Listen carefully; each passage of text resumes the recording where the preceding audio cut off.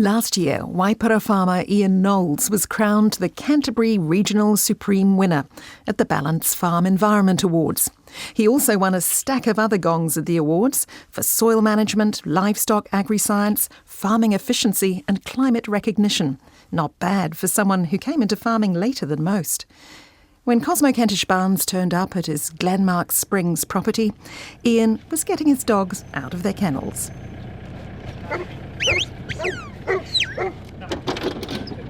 What are your dogs called? It's Ebby and Ritz. Ebby. Ebby's the only hunt away I've got, so she's sort of the noise machine. And Ritz is my oldest heading dog. She's pretty clever. She does most of the cleaning up jobs, and she's mother or grandmother to most of the other ones I've got. How important are they in terms of helping out on the farm? They're vital. That's number one part of the team really. Is I really enjoy the stock work, and that's the bulk of sort of what I do most of the day. So yes. Yeah, without them I'd be chasing sheep myself. So where are we heading to now? So we'll just head up the farm. We had a wee bit of rain this morning, so we'll just go and check that everything's still where it should be. Hopefully the crops are picking up a bit of this rain and we'll keep growing through the summer. How much rain did you get? I've got about 6 mils. It's just enough to dampen the dust down. It certainly won't be enough to get the grass growing back to green state, but it will help the crops and the newly sown pastures just keep alive and get through the summer in a good state. Tell me about the farm here. How long has your family owned it? So my mum and dad moved up here in the early 2000s, so we've been here just over 20 years. And in the meantime we amalgamated 2 properties, so purchased the neighbouring property and added it onto the original home block. So that takes a wee bit of time to get the 2 logistics joined up in terms of access and tracks and water and electric fences. So there's a wee bit of development was required in the early stages, and then hopefully now we can sort of consolidate now that we've got a bigger property and hopefully start making some money. And it's a beautiful farm here. How would you describe it? It's a nice part of the world. It's sort of rolling hill country. There's quite a bit of cultivatable area, about 300 hectares, but the bulk of it's medium to steep hill country. So it gives a nice balance and a nice sort of, I guess you call it work-lifestyle balance within the business, because every time you drive around the corner you get a slightly different view, and as you get to the top of the hill you can see up to the Kaikoura Mountains and out to the Alps, over to Hamner and Colverton, and then back to Christchurch. It's quite nice sitting up there and seeing all the lights of Christchurch in the evening time, so we get a 360 view if you get in the right place. Now we are winding our way up towards the top of the hill, and already we've got an amazing vista. Are those poplar poles that I can see? Yeah, so the last couple of years we've had a lot of support from ECAN and their SCAR team, which is the soil conservation team. We've had some really dry seasons and some very wet seasons, and because of that a lot of the at-risk areas of the farm that have got maybe soils that aren't that well formed or don't have a lot of vegetation have sort of slipped or created a bit of tunnel erosion, and so we put in about 35 hectares of poplar poles to try to help stabilise a lot of the steeper hill country areas where I'm probably never going to put a tractor or grow a crop. So it's not having a major impact on the production of the farm, but at the same time environmentally it's ticking a few boxes and hopefully heading us in the right direction in terms of securing the soil and protecting the waterways. We can see some dense pockets of native bush. Yeah, so we climb a lot of elevation in quite a short time, which means we get lots of little pockets of native gullies and guts that have never been really developed, so they're just in their natural state. We've got a QE2 covenant out the back of the farm and a archaeological site as well from Ngaitahu protected area. So is that an iwi covenant? Yeah, it's an archaeological site, so there's some rock drawings in there that you just like to maintain and protect them in the state that they're in.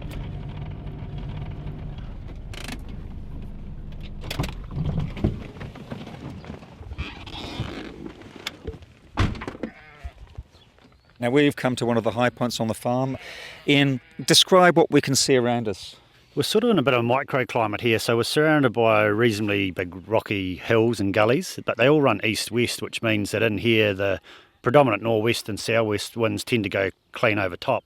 So they're quite sheltered gullies here, really good soils down on the base of the gully because most of it's over time with wind and rain has washed off the rocky outcrops.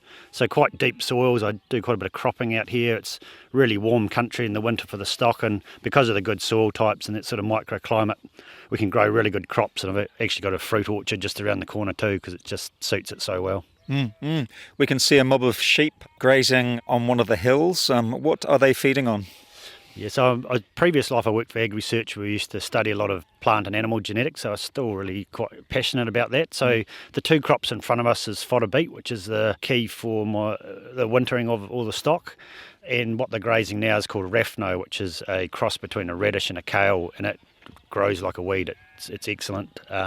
Wee bit expensive to grow because it's new and novel, but the stock really like it. So at the moment, the hoggets and their lambs, so the ewes that are only a year old themselves, and have got their own lambs running around behind them. They're on that just to make sure they're all growing, and then hopefully if we'll get a shower of rain in the autumn time, it'll grow away again, and I'll be able to push that feed into the winter and make sure the young stock are fully catered for the year ahead. Now, you mentioned that you used to work for Ag Research. What sort of area did you focus on? Yes, I was a latecomer to farming practically, but I used to work in agriculture industry, either Telford College or Ag Research or beef and lamb. So I had quite an exciting job off farm, but always wanted to go farming. But the real passionate part was when I was working in the ag systems team in Ag Research. They try to pick up all the new technologies and new ways of doing things and actually see how that's going to work and practice on farm. So we had a lot of monitor farms and worked with a lot of high-level farmers that were really keen to try new technologies, and they were almost the guinea pigs. So I was very lucky to be able to rub shoulders with some very clever farmers, steal a few ideas from them along my career at Ag Research, and then hopefully try to put some of them into practice now. Do you do lots of on-farm trials here? Yeah, I'm a wee bit addicted to trial work. I didn't leave that hat behind when I finished at Ag Research.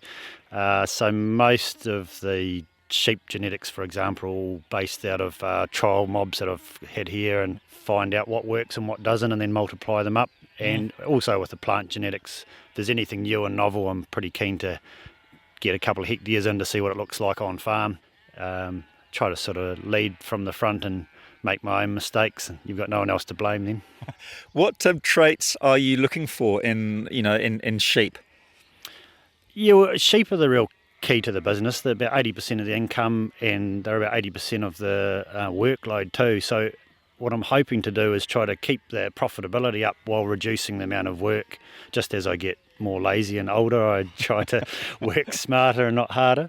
So at the moment I'm chasing just sort of outright growth rate because wool hasn't been very profitable for many years, and it's about time I let that just disappear out of the business, I think. So trying to get a more meaty sheep, shorter tails. I don't believe that we're really going to be able to justify cutting tails off in the future, and I'd like to have genetics that are already at the stage where they don't get fly stroke or dags, and a nice short little natural looking tail that doesn't need to be changed. So that's the sort of direction I'm heading in at the moment. And you also do dairy support? Yeah, about 20 to 30% of the business is looking after cows for the dairy farmer. So when they don't get in calf, they come up here for basically a sabbatical. So they leave the milking shed after one lactation. If they haven't got in calf, they come up here for the year. The bulls come up, get them back in calf, and the following season those cows go back down to the dairy farm. So they're up here for a full year. They're a great tool in terms of cleaning up any surplus, poor quality pasture. Because they're already fully grown, I don't need to worry too much about giving them heaps of quality feed because they're already a mature animal. They just need to be on maintenance. So they add a really important dimension to the business. What is your biggest expenditure here? The biggest expenditure would be growing feed, and that's either through fertiliser or the regrass and cropping program. That's probably about half of the money is spent in the business. Have you done any trials with non-chemical fertilisers? Yes, I have, yep. For about 4 or 5 years, ran a fertiliser trial on 2 different sites on the property with all the conventional fertilisers, everything you could possibly find in a fertiliser company, and also comparing that with a few sort of more natural type products like your seaweed-based fertilisers. Yeah. What were your findings? How did they compare? Yeah, it gets really complicated because obviously the solid chemical-based fertilisers are all funded around science trials. So you put on X amount of kilograms and you know within a pretty tight range what sort of outcome you're going to get. And I found that really consistent. Every time I put it on, tested the soil afterwards or measured the grass production, it was almost, spot on really. Then when you get into the less researched ones, the more natural type products, all over the place, you're seeing some results you weren't expecting, and then often you weren't getting the results that you were hoping for. Sometimes it would take maybe 18 months or 2 years to see a result, and it was hard to know whether it was as a result of that special unknown mix that you put on or whether it was just some random act. So because it sort of lacks that scientific rigour, I've been pretty hesitant to spend much money on those natural type products just because it's so unreliable, and when you've got a reasonable amount of debt and a lot of animals to feed, you do need a bit of consistency of outcome. What are your thoughts on regenerative farming practices? Yeah, so I played around with a few regenerative mixes. There's some really interesting things happening in there. I think particularly around the pest control part of it is where I get excited, is if we can maybe stop spraying for problem pests because there's wasps or butterflies that are coming into those crops which are chasing the nasty bugs away and helping the nicer bugs multiply up. That, to me, that seems like a really good outcome. But the more species you put into a mix, the harder it is to try to manage it. And so we're finding that most of those regen mixes are reverting back to what I'd normally put in anyway, which is your clovers and your chicories and plantains. That's about all that seems to be left after a couple of years. So they're expensive, they look really good for a couple of years, but I think we can probably simplify those mixes. In terms of profitability, how much money are you hoping to make this year from your farming operation? Yeah, so the ballpark budget for the long term is around about $1 million gross income with about 50% working expenditure, and then you take out of that your interest to the bank and bank payments and living costs and all of that. So at the moment the meat market sort of tanked a wee bit, so the lamb prices are well back on where they've been the last couple of years, so that all the costs are the same if not higher, and yet the income's going to probably only be about 60 to 70%. So the next couple of years is going to be tightening the belt.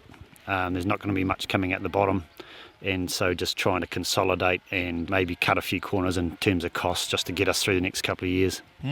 Now, you mentioned that you've planted an orchard here. Can we go and have a look at that? Yeah, we sure can. Yep.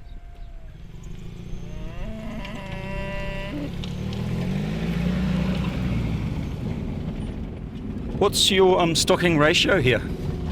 Yes, so run about 10 stock units on average per hectare. Obviously quite different up on the native hill, doesn't grow a lot of feed, and then these better quality paddocks is where the real engine room is in terms of growing young stock and finishing lambs.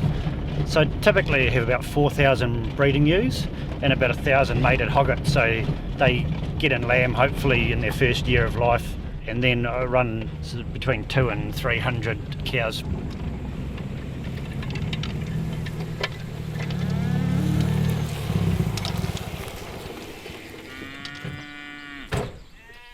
Now, normally people have their orchards near their house, but this orchard here is plonked in the middle of the farm.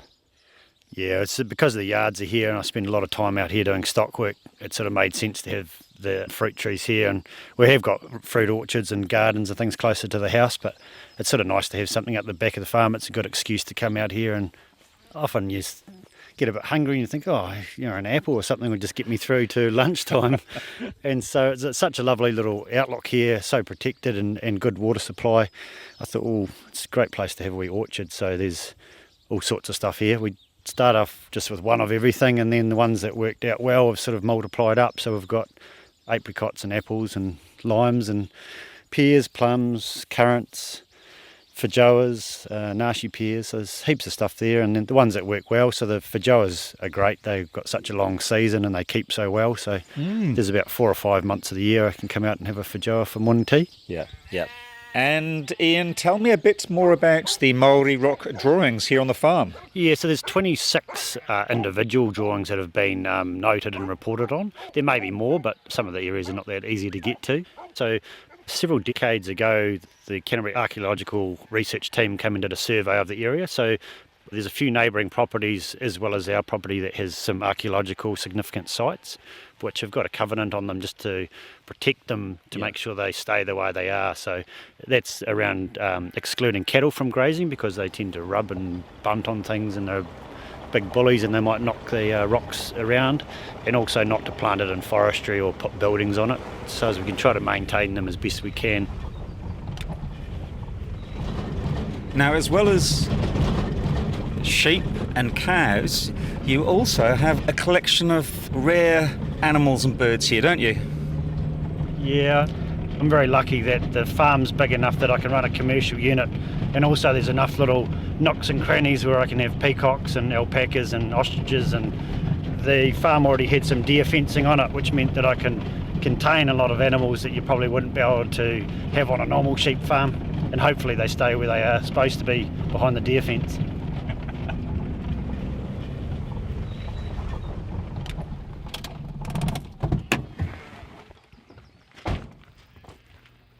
I can see a peacock there running along the track.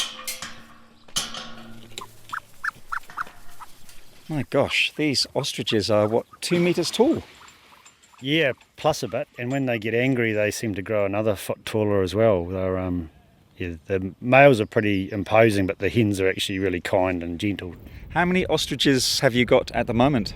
So there's about 10 adult breeding birds, and there's 15 of last year's chicks, and then a good friend of mine, Adam, down in Waipara, has the incubators and brooders, so he's got about 30 little tiny chicks down there for this breeding season. Which ones are the males? So the males are black feathers with a pink beak and pink legs, and then the females are just of a plain brown colour. So the females are that colour because they sit on the eggs during the daytime, so they need to be camouflaged in the dirt in the desert, and the males sit on the eggs at night time, so they need to be black so as you can't see them at night time in the dark. So how many eggs is this girl here sitting on? So they tend to, they lay every second day over a couple of months, so each female tends to lay sort of between 30 and 50 eggs in a season. Gosh, a lot. Yeah, we've been collecting them up and putting them in an incubator to artificially raise the chicks this year. It's just a safer way of doing it, because they tend to just find a bit of bare dirt and have a bit of a scratch and start laying eggs, but on the hill country the eggs tend to roll around a wee bit. And now that we've got enough eggs in the incubator, we'll probably just see if they'll hatch some out naturally themselves. So there's quite a few eggs in the nests on the paddocks at the moment. So if I walked into that paddock now, would the male attack me? Would he be quite protective of his mate? Yeah, so you definitely need a big stick if you're going in there with him. But normally I just work them with the dogs, and they're pretty good. But as I said, the males, when they get aggressive during the breeding season, you're just sort of best to give them a wide berth. What are these ostriches called?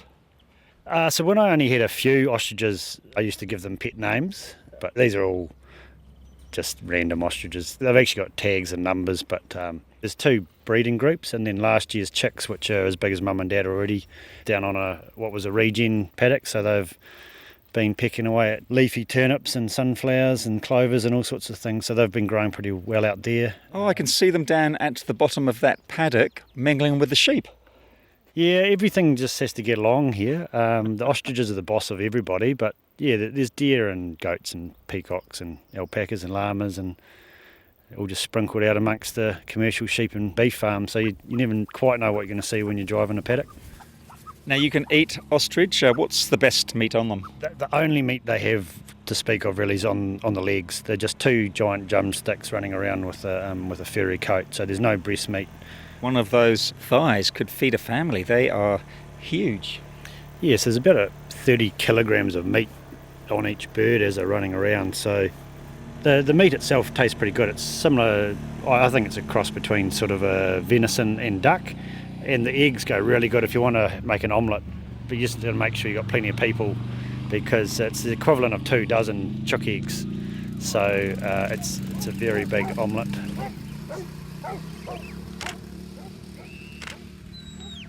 I've got some nice pictures of some of the ostriches, and if you'd like to see them, go to the Country Life webpage. One day, do you think you might have a commercial herd here? Is that something you would be prepared to do if it was worth it? Yeah, so they go pretty good. It's quite similar to the deer industry in terms of being able to multiply them up and grow them out. Like the growth rates and the weights and the end products are very similar, I think, to venison. So it certainly can be done, but it's the old chicken and egg thing. Like, you need sufficient numbers to be able to market the product, but if you don't have a market for the product, then there's no point in really multiplying them up. So at the moment we're a wee bit in limbo as to whether we go bigger or just reduce it back to having a few pet ones running around. Well, they are pretty happy here. They've got lots of paddocks to roam around in, and they're looking very healthy too. Yeah, the Waipara climate really suits them. It's typically pretty dry underfoot, nice warm days, so they can handle as much heat as you throw at them. They're used to being in the desert, so the only challenge we have is for the young birds, keeping them warm and dry when they're little until they're big enough to look after themselves, and after that they're pretty much bulletproof, really. Ian Knowles with some ostriches on his hill country farm in North Canterbury.